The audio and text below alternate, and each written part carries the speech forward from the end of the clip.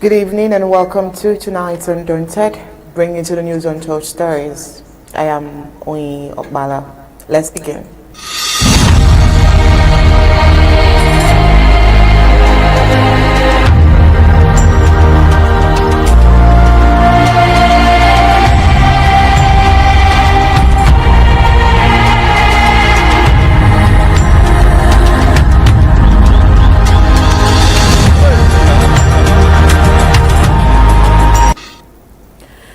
In the midst of economic uncertainty, the Kumba Diocese of Ambazonia and Savannah zone is sounding the alarm on a sinister crisis, job scams, and human trafficking.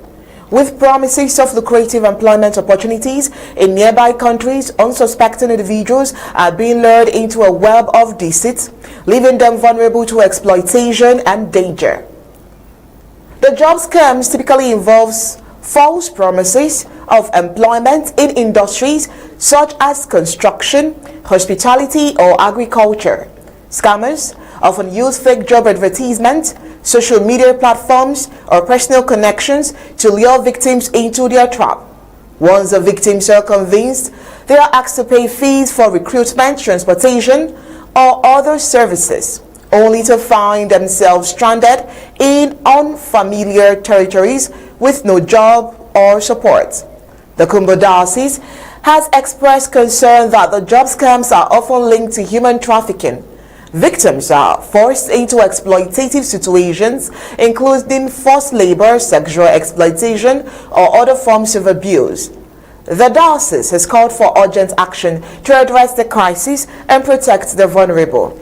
One of the major challenges in addressing the crisis is the lack of accountability. Many of the scammers and traffickers operate with impunity, using fake identities or shell companies to evade detection.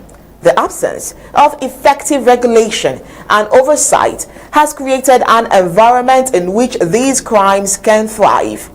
The Kumba Diocese has called on the government and other stakeholders to take immediate action to address the crisis. Now, this includes a lot, but then the job scams and human trafficking crisis in Ambazonia, the Savannah zone, is a serious concern that requires urgent attention.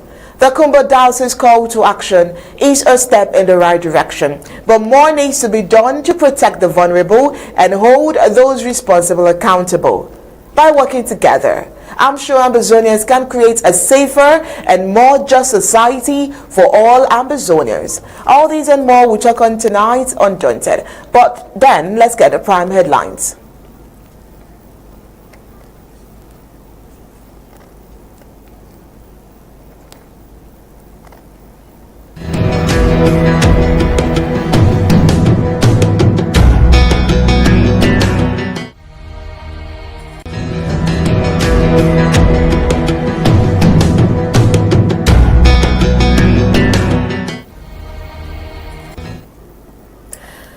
Tonight on Undaunted, we have 4 corpses on different spots in Bamenda as at Sunday, May 6, 2025.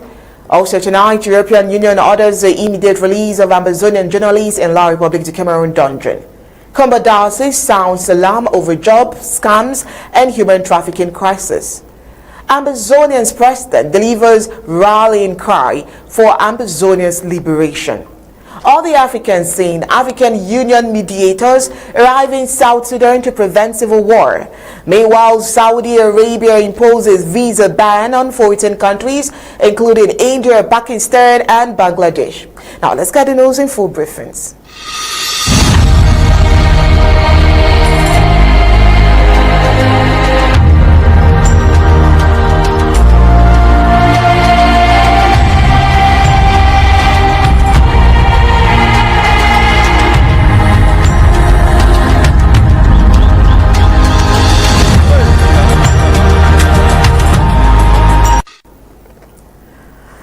So the recent surge in violence in Bamenda has left a trail of death and trauma, with 4 corpses found in different locations on May 6, 2025. April 6, 2025, I beg your pardon. The brutality of these incidents has exposed children to the harsh realities of war, leaving them traumatized and fearful of the unknown. Eyewitnesses report that children as young as 10 have witnessed the corpses, with some even seeing the bodies being dragged through the streets.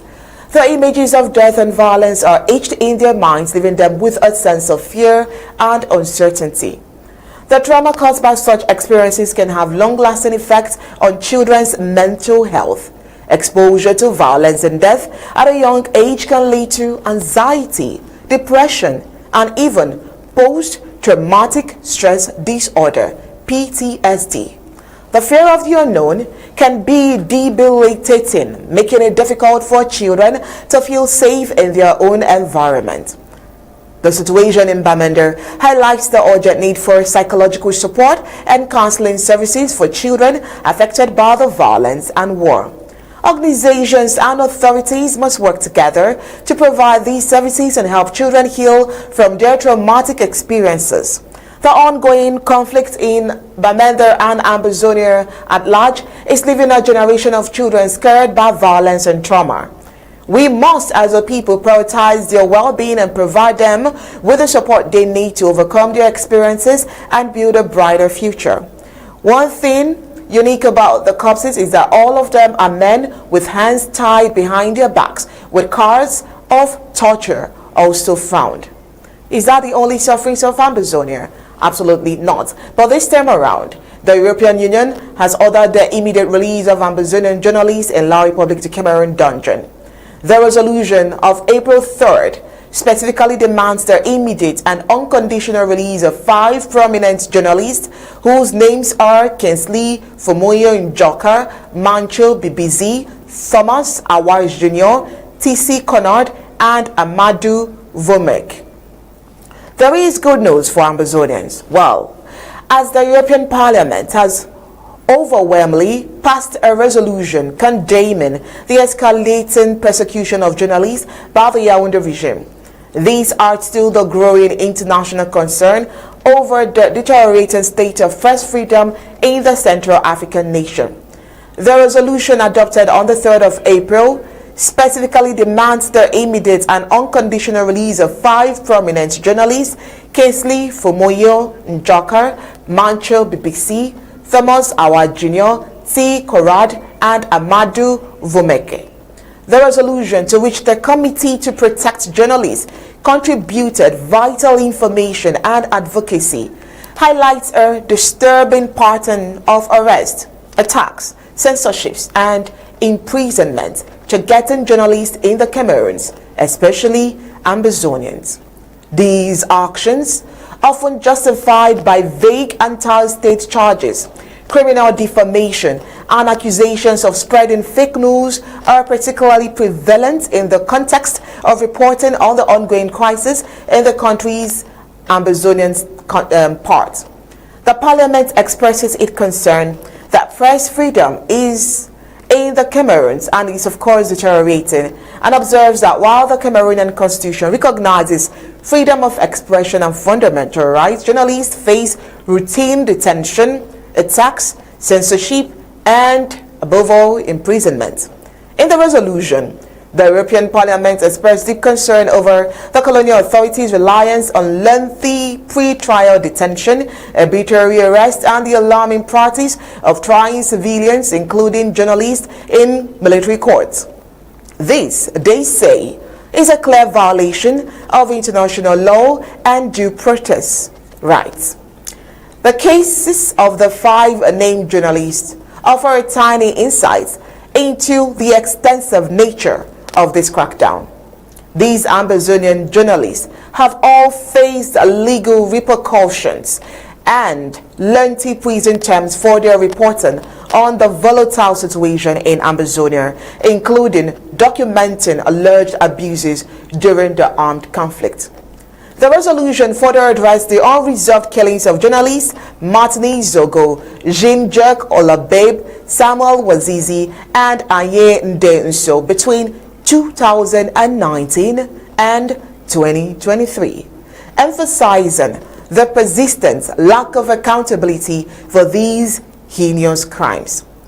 Given the European Union's positions as Cameroon's leading trade partner, the Parliament urged the EU and its member states to actively leverage their diplomatic and economic influence to push for tangible improvements in human rights within the country. The resolution calls for the EU to use its diplomatic and economic leverage to achieve tangible improvements in human rights in the Cameroons. The European Parliament firmly urged the La République du Cameroon government to end their practice of trying civilians in military courts, which does not comply with international law, and to stop abusively invoking terrorism, anti-state and fake news charges in cases against journalists. So the Parliament calls on the member states to support a UN Human Rights Council fact-finding mission to the Cameroons, particularly in light of the war in Ambazonia, and to facilitate humanitarian visa applications for Cameroonian journalists at risk of persecution. The resolution from the European Parliament sends a clear message to the La République du Cameroon authorities that the international community is closely watching the situation and will not tolerate the continued suppression of freedom of expression. So this demand for the immediate release of the detained Ambazonian journalists and the call for accountability represents a significant step in advocating for the rights of journalists in the Cameroons and upholding the fundamental principles of freedom of expression. There seems to be a glimpse of hope there, but that's not just all. Over the weekend, the Midland Zone drafted, and of course the President of the Federal Republic of Ambazonia addressed the gathering of county representatives from the Midland Zone, which comprised of Libiolem, Momo, Manio and Mezam. The President's speech was a call to action, emphasizing the importance of unity and collective efforts in the struggle for liberation. The President's speech was a clarion call to Ambazonians to come together and work towards a common goal. The President emphasized that the struggle for liberation is not a solo endeavor, but a collective effort that requires the participation and contributions of all. From the speech of the President over the weekend, we got that unity and strength as part of his core message, while the President urged the participants to bring their strength and focus on the enemy rather than being swayed by internal divisions. He also spoke on the liberation movement as a whole, and he said that the struggle was characterized as a liberation movement rather than a political game, which requires strategic action and dedication. He spoke on the three wheels of Ambazonians and the drafting. The President emphasized that the resolution and the revolution relies on the cooperation of all the three levels of government, which he tagged as the three wheels, which comprises of the local, county and the federal draft. Now let's get a glimpse of that. Remember, this revolution runs on three wheels: local, county and federal. And though they all matter, it is the umbrella in the storm across the land and the voice for the voiceless. Let no one deceive you with backroom gossips. We are here to birth Nation 55 in Africa. We cannot afford to slow down, not when we are this close. Oh well, the President's speech was a message of big moves. You know how his message comes, not just big moves but also action. And he's always encouraging Ambazonians to draft, support and work together to achieve their goals. The President reminded the people that the struggle is for all Ambazonians and that their collective efforts will bring joy and liberation. And of course, this liberation movement is not about tribe but about moves. Most importantly, he would always appreciate the ASA. He welcomed the ASA and he told them the truth about the home, where they will tell them the truth. And he did emphasize that their duty is to protect the people of Ambazonians and not personalities. In his word, he says, anyone who suggests you kill your fellow comrade, it's not your leader, because you serve the people, not the county. He reminded them that they are the state militaries and not the militias. There is of course a difference. Let's get that. Dear Ambazonia State Armed Forces, especially those of you from Mezam, Momo, Libialem, and Manio, welcome to your home, where we tell you the truth. Your value lies in what you do and how you do it. You are not militias. You are the state officers of Ambazonia. Your duty is to protect the people, not personalities. And any law you enforce must come from the people, and it must be for the people. Any order to harm your fellow ASAs is not from Ambazonia. It is from the pit of hell. Anyone who suggests to you to kill your own comrade is not a leader. That is the telltale mark of an infiltrator. Our state owns its armies. Individuals own their militias. And when history asks you who you serve, let the answer be my country and not my pa, my chairman, or my commander. After this war, will you rather an individual accounts for you or the state? For La Republic, it shall be the state. In Ambazonia, it should be the state because we are two equal. Oh, well, from the speech of the president over the weekend, we got some key quotes that we can talk about here today. He said that the revolution is our aircraft and Ambazonia is our destination. A very strong quote here. He said, silent revolution wins war. Your values lies in what you do and how you do it. But in all, aside the quotes and all of that, what is the significance of the speech? The president's speech was a call to action, urging Ambazonians to take ownership of their struggle and work together to achieve their goals. The speech highlighted the importance of unity, collective efforts, and strategic action in the pursuit of liberation. He also said a lot of things, but here we are saying today that the Midland Zone, which is comprising of Libiale, Momo, Mayu, and Mesa, is a key region in the struggle for liberation and in the Ambazonians move. And so the president's speech was a recognition of the importance of these counties and the role that its people play in the struggle. And very importantly, he identified each of these counties squarely. Let's get that. People of Meza, Momo, Libialem, and Manu. You have been number one in so many things, so many ways, and history will never forget it. In Momo, the vision of Ambazonia was conceived. In Meza, our resistance was declared to the world. In Manu, the first shots of this war rang out. In Libialem, the art of guerrilla warfare was refined, and should I say perfected. And across all, you remain number one in financing this revolution. Ambazonia continues to lean on your strength. You have carried this struggle on your backs, and I know you will not stop now. Power is a two-edged sword. If wielded wisely, it crushes your enemy. If clumsily, it wounds you instead. That's why I call on you all. Bring your strength, bring your numbers, your resources, and point them at the enemy, not at each other. Our strategy must be simple. From everyone according to their strength, to every front according to its need. Oh, well, here on Undaunted, we think that the president's speech was a message of hope and optimism for the future of the struggle, because the president emphasized that the collective efforts of Ambazonians will bring joy and liberation, and that the revolution will ultimately achieve its goal. So in conclusion, the president's speech was a call to action, urging Ambazonians to work together to achieve their goals. The speech highlighted the importance of unity, collective effort, and strategic action in pursuit of liberation.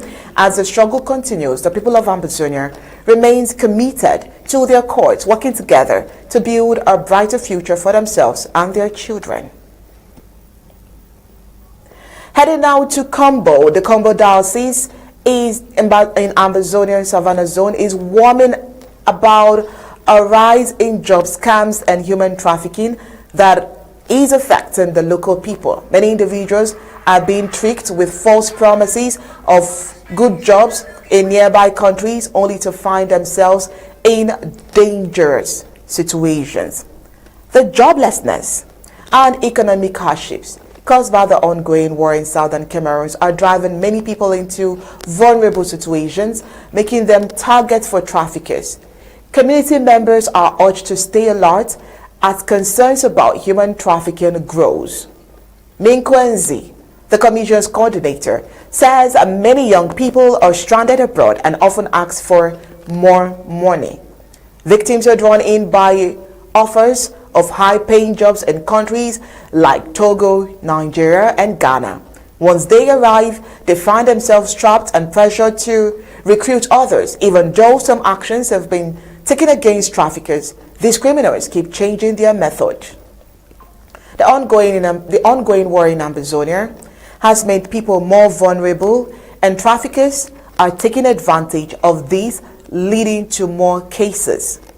To fight this problem, the diocese is said to be working to educate families about the dangers of trafficking. They are encouraging families whose children may have fallen victims to reach out for help. Victims have shared their stories about being trafficked to West African countries. Many are promised good jobs, but rather have their identification documents taken away. One victim shared his experience of being taken to Ghana by a friend who had also been trafficked. He described the operation as a scam disguised as a legitimate business. Traffickers lure people with attractive salary offers, and if a victim recruits someone else, they get a share of the money. With many families struggling with poverty and uncertainty, this makes them more likely to fall for scams.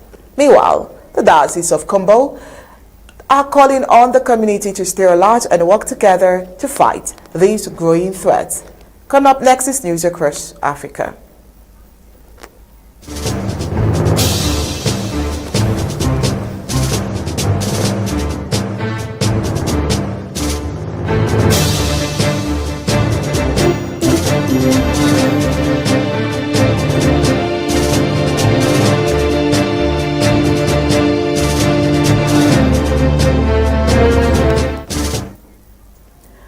African Union mediators have arrived in Juba, South Sudan's capital, to hold urgent talks aimed at preventing a return to civil conflict. The move comes after first Vice President Riek Machar was placed under house arrest last week, sparking a surge in political tension.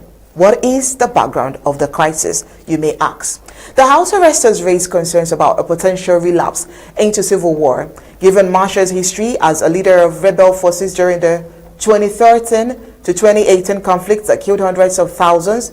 President Salva Kiir's government accuses Machar of inciting rebellion, while Machar's supporters deny any involvement with militia groups.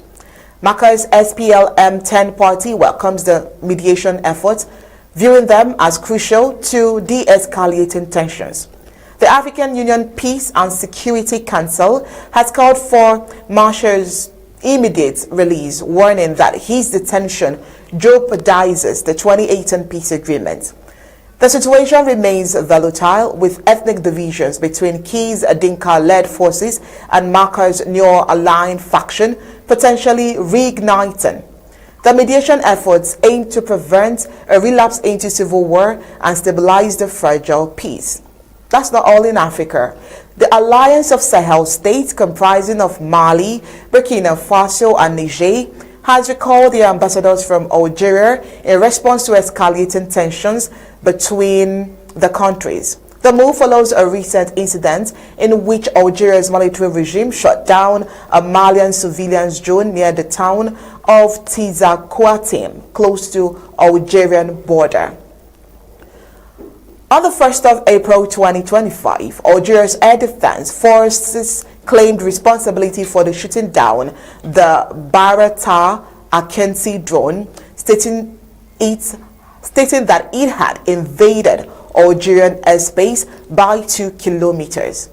The incident sparked a diplomatic crisis, with Mali, Niger, and Burkina Faso condemning Algeria's action as irresponsible and violating international law. The recall of ambassadors is a significant escalation of the crisis, with the Sahel Alliance accusing Algeria of hindering security operations against terrorist groups in the region. The incident has raised concerns about regional stability and the potential for further conflict. So the Sahel region faces ongoing threats from jihadist groups and separatist movements, and the incident is it has significant implications for regional security. The Alliance of Sahel States may reassess its relationships with neighboring countries, including Algeria, to ensure regional stability.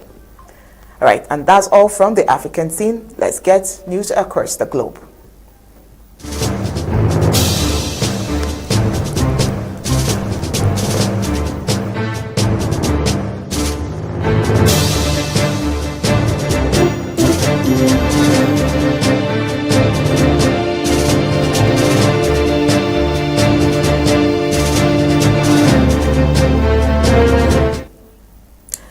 Saudi Arabia is imposing visa ban on 14 countries, including India, Pakistan, and Bangladesh.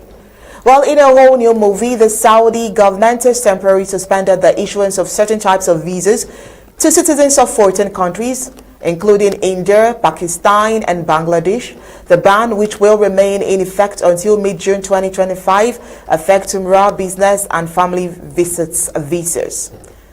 The visa ban applies to citizens of the following countries: in South Asia, India, Pakistan, Bangladesh, North Africa, Egypt, Algeria, Tunisia, Morocco, Middle East, Iraq, Jordan, Yemen.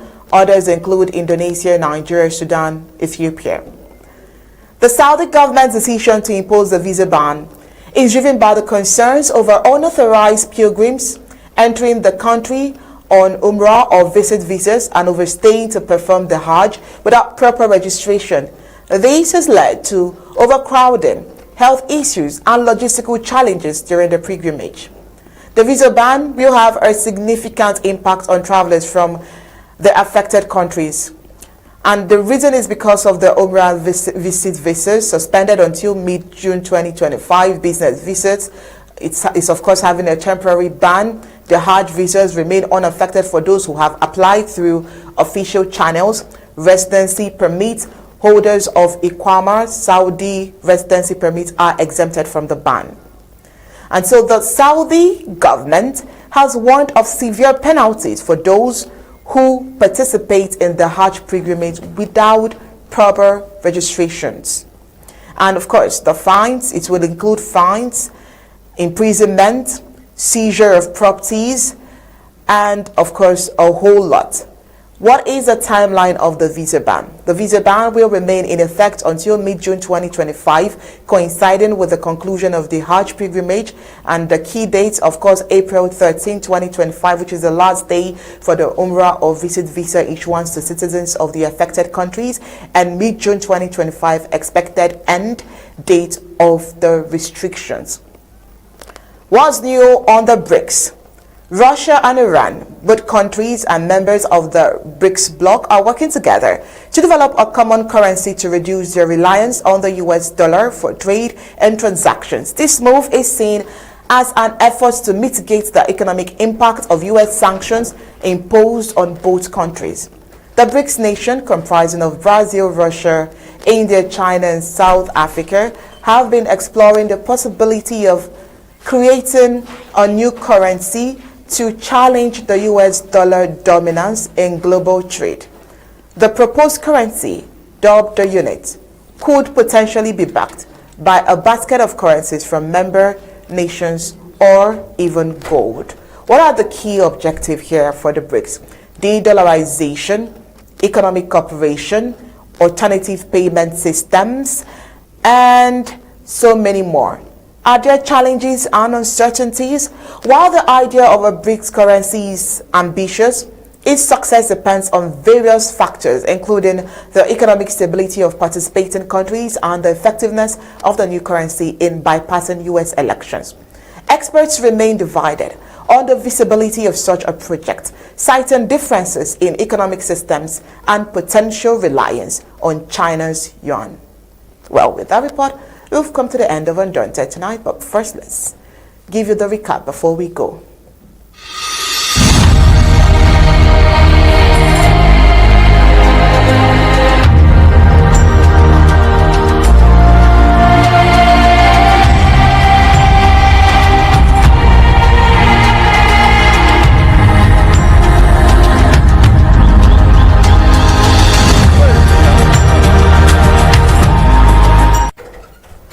Right there on Undaunted, we told you that 4 corpses on different spots in the Bamenda was seen on Sunday, the 6th of April 2025.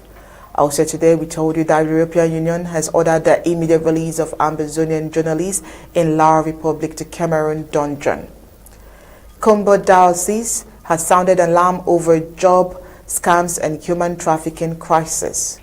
That's not all. Ambazonian president delivered a rallying cry for liberation. On the African scene, we told you that African Union mediators arrived in South Sudan to prevent civil war. And of course, Saudi Arabia imposes visa ban on 14 countries, including India, Pakistan, and Bangladesh. That's all for tonight's Undaunted. Thank you so much for being part of it. See you later this evening for another round of Undaunted Reports.